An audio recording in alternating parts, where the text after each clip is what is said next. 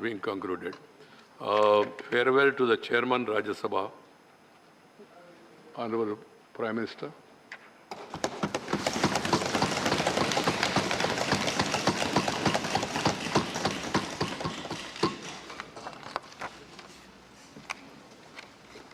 आदरणीय सभापति जी,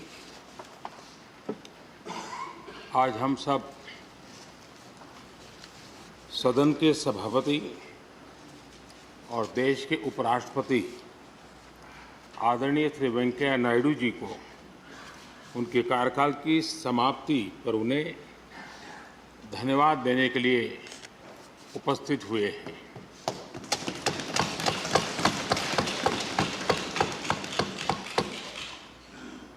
ये इस सदन के लिए बहुत ही भावुक पल है। सदन के कितने ही ऐतिहासिक पल आपकी गरिमामय उपस्थिति से जुड़े हुए हैं। फिर भी अनेक बार आप कहते रहे हैं, I have retired from politics but not tired from public life. और इसलिए इस सदन को नेतृत्व देने की आपकी जिम्मेदारी भले ही पूरी हो रही हो, लेकिन आपके अनुभवों का लाभ भविष्य में सुदीर्घ काल तक देश को मिलता रहेगा। हम जैसे अनेक सार्वजनिक जीवन के कार्यकर्ताओं को भी मिलता रहेगा। आदरणीय सभापति महोदय, आज़ादी के अमृत महोत्सव में आज जब देश अपने अगले 25 वर्षों की नई यात्रा शुरू कर रहा है, तब देश का नेतृत्व भी एक तरह से एक नए युग के हाथों में है। हम सब जानते हैं कि इस बार हम एक ऐसी 15 अगस्त मना रहे हैं जब देश के राष्ट्रपति, उपराष्ट्रपति, स्पीकर, प्रधानमंत्री सबके सब वो लोग हैं जो आज़ाद भारत में पैदा हुए हैं।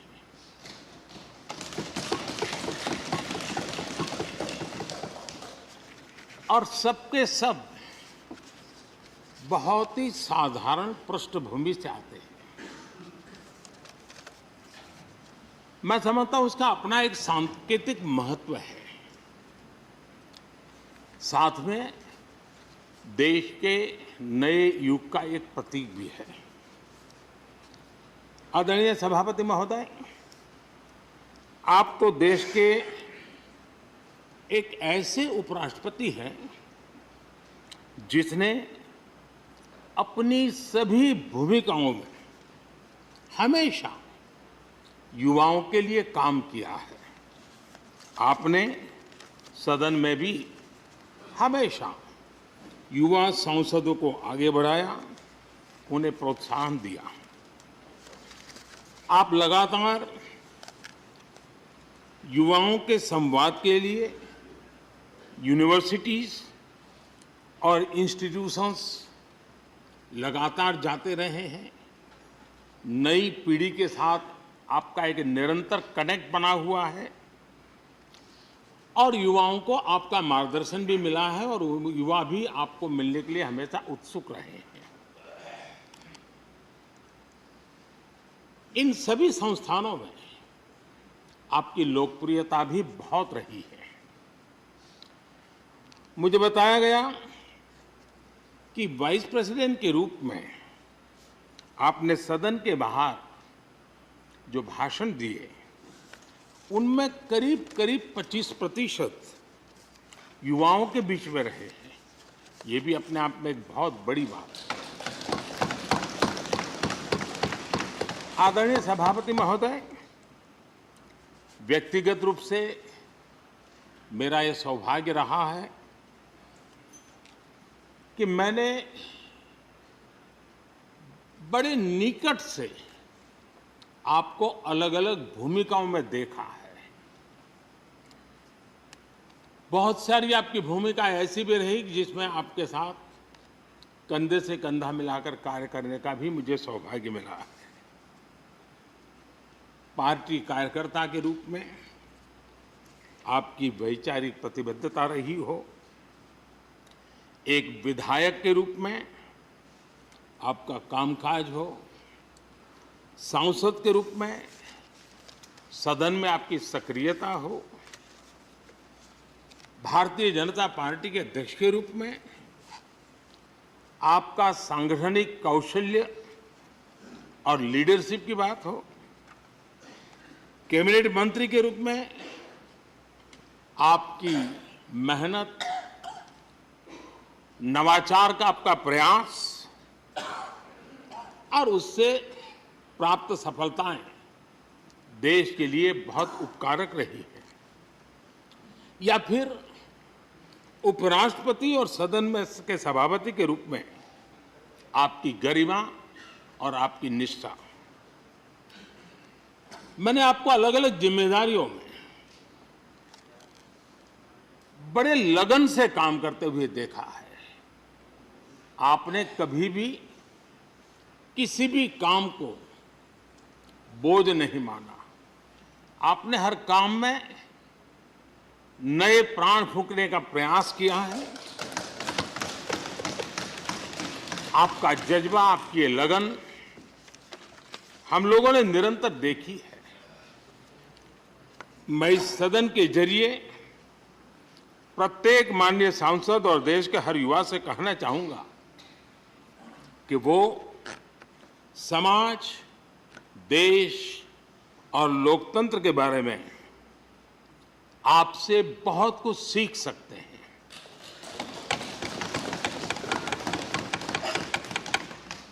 लिसनिंग, लर्निंग, लीडिंग,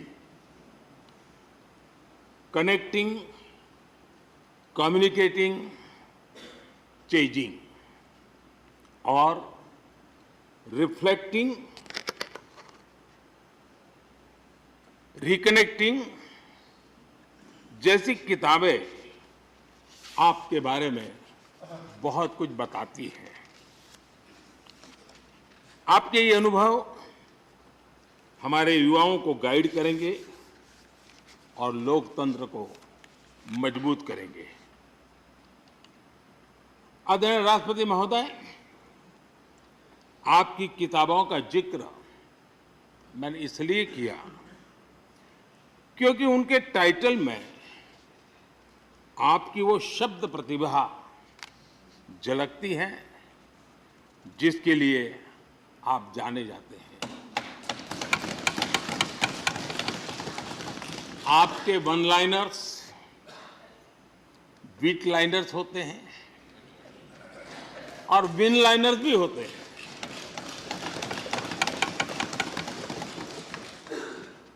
यानी उसके बाद कुछ और कहने की जरूरत ही नहीं रह जाती। Your each word is heard, preferred and revered and never countered.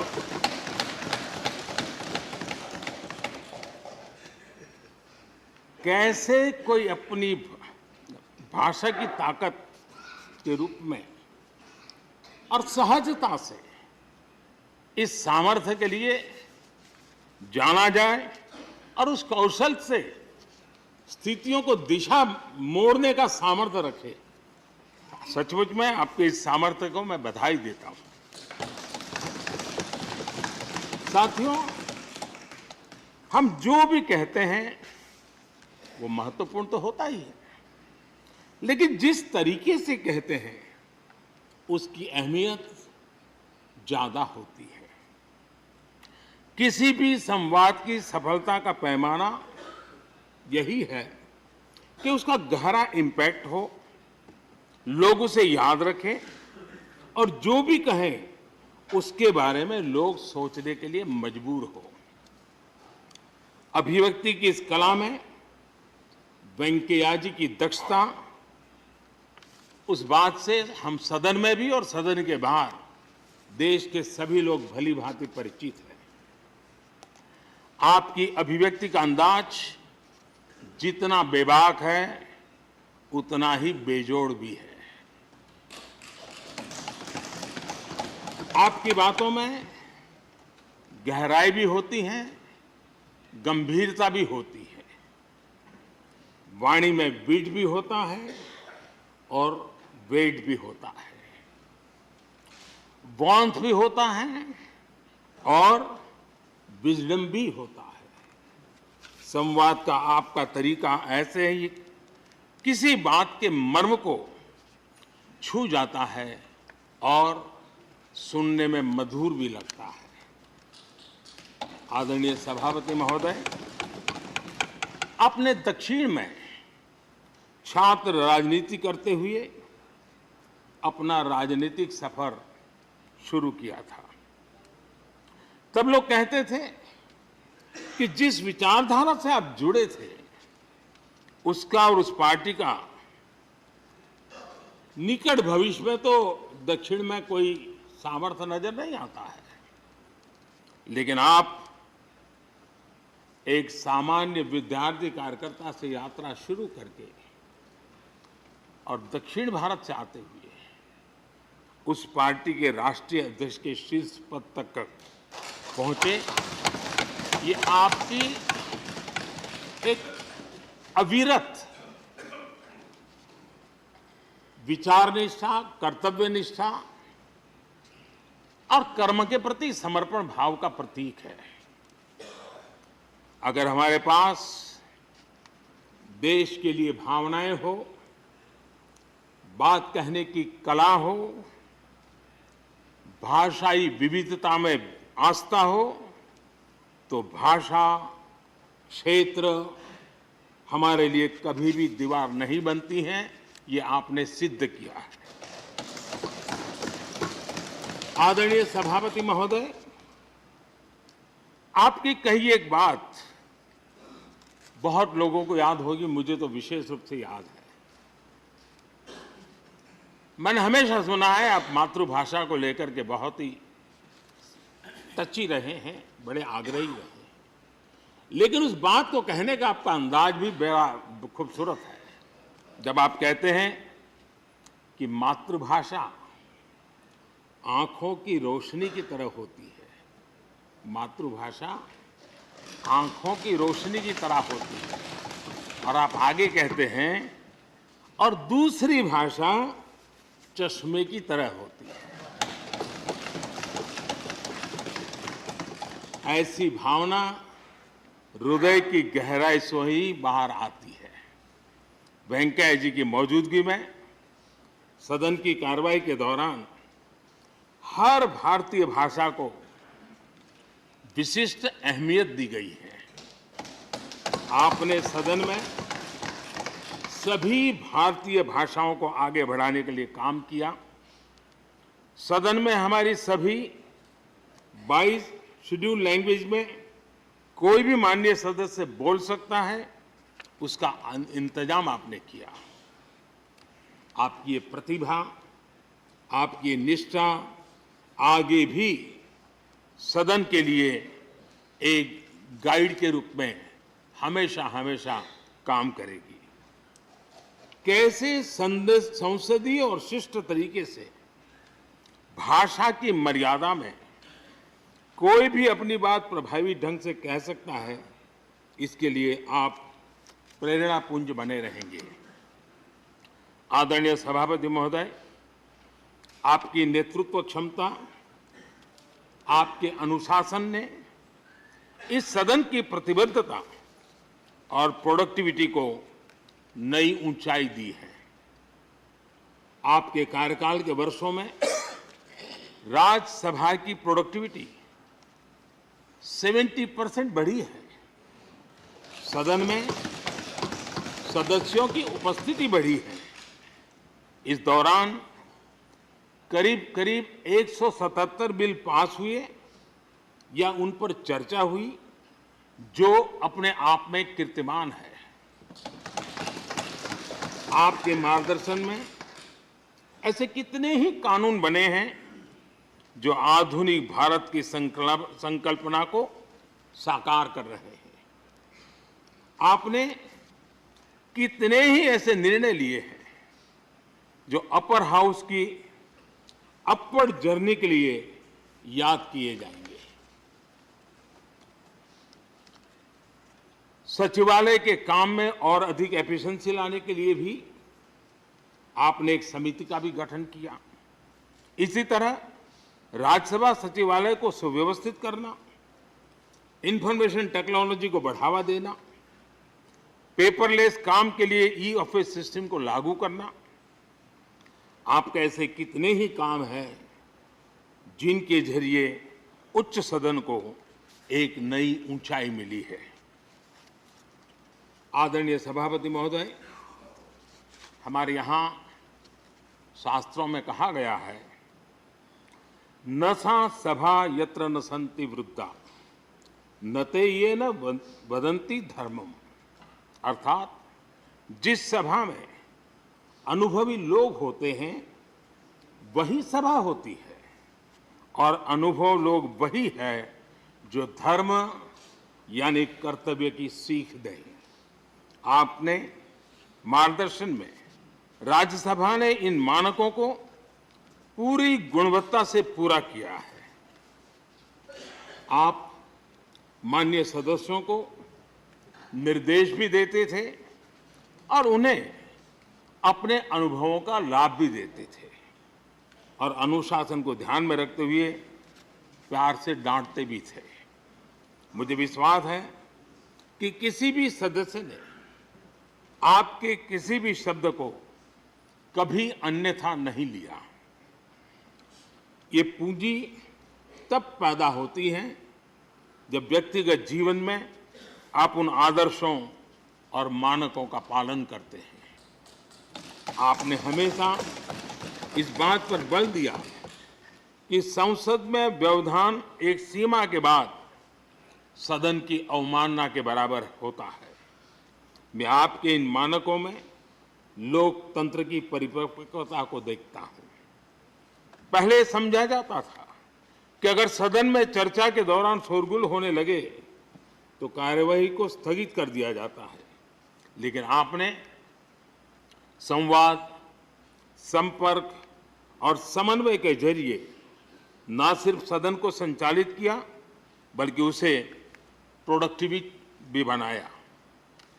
सदन की कार्यवाही के दौरान जब सदस्यों के बीच कभी टकराव की परिस्थिति पैदा होती थी तो आपसे बार बार सुनने को मिलता था, let the government propose, let the opposition oppose and let the house dispose.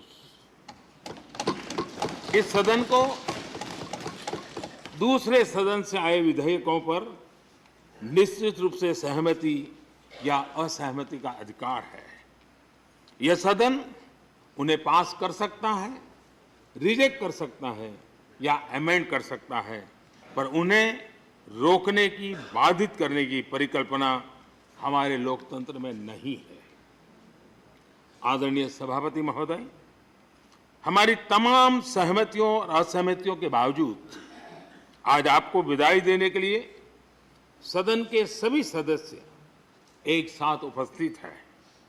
यही हमारे लोकतंत्र की खूबसूरती है। ये आपके लिए इस सदन के सम्मान का उदाहरण है। मैं आशा करता हूं कि आपके कार्य, आपके अनुभव आगे सभी सदस्यों को जरूर प्रेरणा देंगे। अपने विशिष्ट तरीके से आपने सदन चलाने के लिए ऐसे मानदंड स्थापित किए हैं जो आगे इस पद पर आसीन होने वालों को प्रेरित करते रहेंगे। जो लेगेसी आपने स्थापित की है, राज्यसभा उसका अनुसरण करेगी, देश के प्रति अपनी जवाबदेही के अनुसार कार्य करेगी। इसी विश्वास के साथ आपको पूरे सदन की तरफ से, मेरी तरफ से अनेक अनेक शुभकामनाएं देता हूं और आपने देश के लिए जो कुछ भी किया है, इस सदन के लिए जो कुछ भी किया है, इसके लिए सबकी तरफ से ऋण स्वीकार करते हुए मैं आपका धन्यवाद करता हूं। बहुत बहुत शुभकामनाएं। धन्यवाद प्रधानमंत्री जी।